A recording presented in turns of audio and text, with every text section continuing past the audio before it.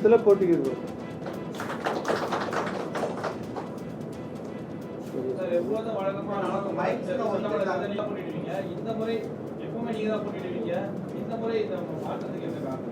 நானே இல்லை இல்லை நான் சொல்கிறேன். இல்லை அவர் கேட்க எப்போ யார் போட்டிடுவா?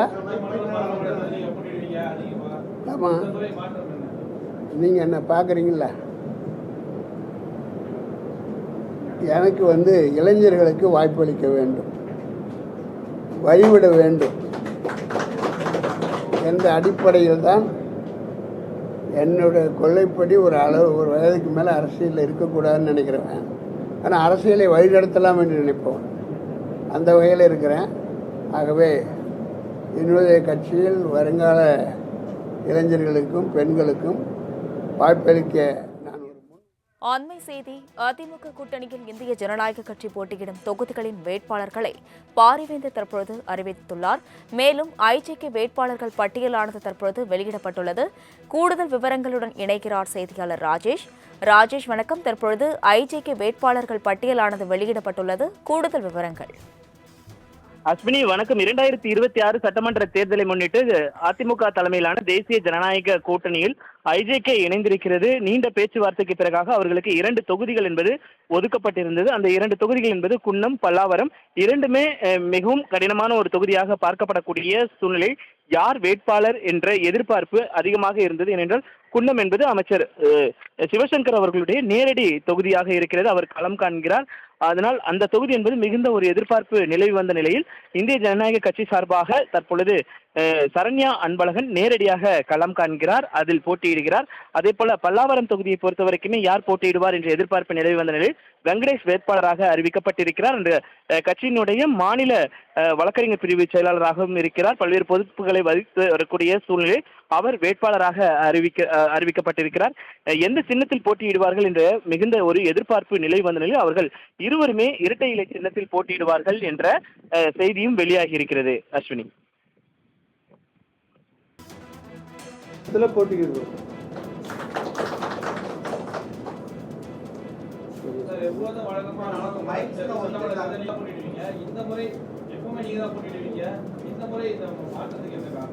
நானே இல்லை இல்லை நான் சொல்கிறேன். இல்லை அவர் கேட்க எப்போ யார் போட்டிடுவா? ஆமாம், நீங்கள் என்ன பார்க்குறீங்களா?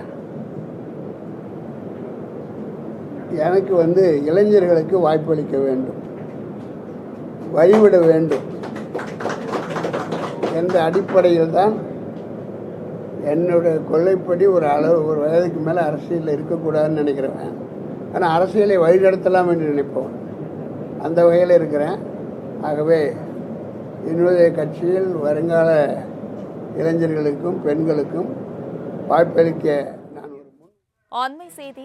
அதிமுக கூட்டணியில் இந்திய ஜனநாயக கட்சி போட்டியிடும் தொகுதிகளின் வேட்பாளர்களை பாரிவேந்தர் தற்பொழுது அறிவித்துள்ளார்.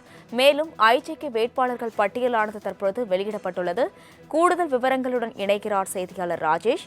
ராஜேஷ் வணக்கம். தற்பொழுது ஐஜேகே வேட்பாளர்கள் பட்டியலானது வெளியிடப்பட்டுள்ளது. கூடுதல் விவரங்கள்.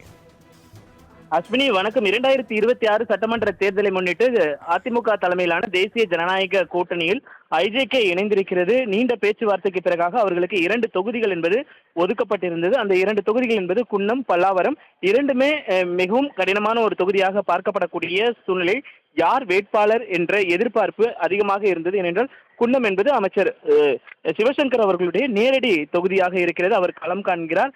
அதனால் அந்த தொகுதி என்பது மிகுந்த ஒரு எதிர்பார்ப்பு நிலவி வந்த நிலையில் இந்திய ஜனநாயக கட்சி சார்பாக தற்பொழுது சரண்யா அன்பழகன் நேரடியாக களம் காண்கிறார், அதில் போட்டியிடுகிறார்.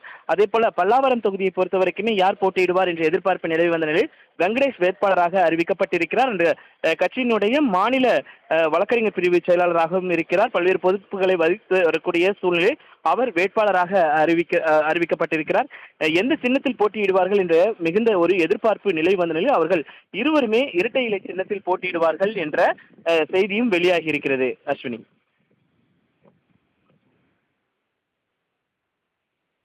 விவரங்களுக்கு நன்றி ராஜேஷ்.